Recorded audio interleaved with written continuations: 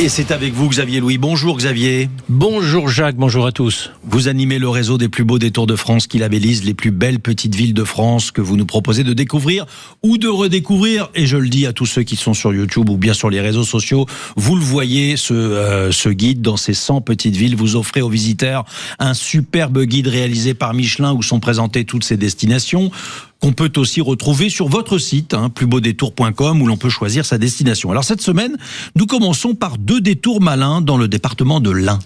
Oui, le département de l'Ain, et notamment, on va commencer par Nantua.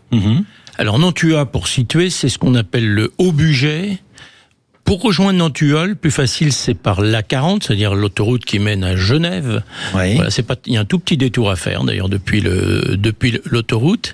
Alors Nantua, on connaît sa sauce, oui, sauce Nantua, et oui, mais on ne sait pas toujours où c'est. Donc voilà, donc maintenant on sait où c'est. Et c'est surtout aussi très réputé pour son lac. Il y a un merveilleux lac à Nantua. Donc le bon plan, vous l'avez deviné, Jacques, c'est d'aller déguster des quenelles. Alors on dit là-bas les quenelles. Vous savez que dans le Lyonnais, on a tendance à avoir des œufs muets. Donc les quenelles de Brochet, sauce Nantua, au bord du lac. Voilà, ça c'est vraiment c'est un lac parfaite. C'est un lac alors qui est pas immense, mais qui est vraiment charmant. Voilà, qui est un joli lac. Et puis juste après, c'est bien d'aller voir. Alors ça, c'est un très beau le musée national de la Résistance. Ouais. Et ce qui est très surprenant dans ce musée, parce que vous savez qu'on dit musée de la Résistance, bon, vous dites je vais peut-être pas y aller en famille, etc. Eh bien si. C'est même ce qui est assez surprenant dans ce musée. J'irais, il est vraiment fait pour les enfants, j'ai envie de dire. Il y a à la fois, il y a une Jeep, il y a des parachutes, il y a évidemment toute la vie dans le maquis, les armes, etc. Enfin, c'est vraiment intéressant, etc.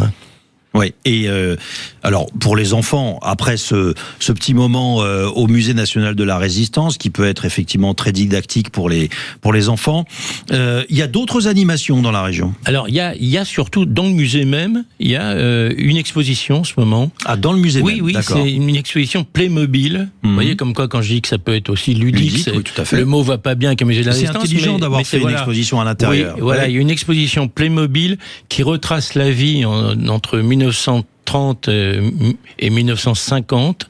Et alors il y a en plus, c'est vraiment bien pensé, puisque vous êtes invité, notamment pour les enfants évidemment, à une animation très particulière qui est proposée les 14 et 21 août, c'est-à-dire que on vous apprend à créer une image animée à partir d'une succession de photos. Et des concerts sont programmés dans l'abbatiale. Il y a des concerts dans l'abbatiale, une belle abbatiale. Il y a un grand concert d'orgue le 19 septembre, c'est dans le cadre des journées du patrimoine, et les lumières sacrées le 4 octobre. Alors maintenant, on va filer à l'autre bout du département. Là, vous avez d'autres petites infos à nous donner. Alors on va là au sud, et carrément aux portes de Lyon, à Trévoux. Alors Trévoux, c'est au bord de la Saône, et ce qui a abrité longtemps le palais des Dombes.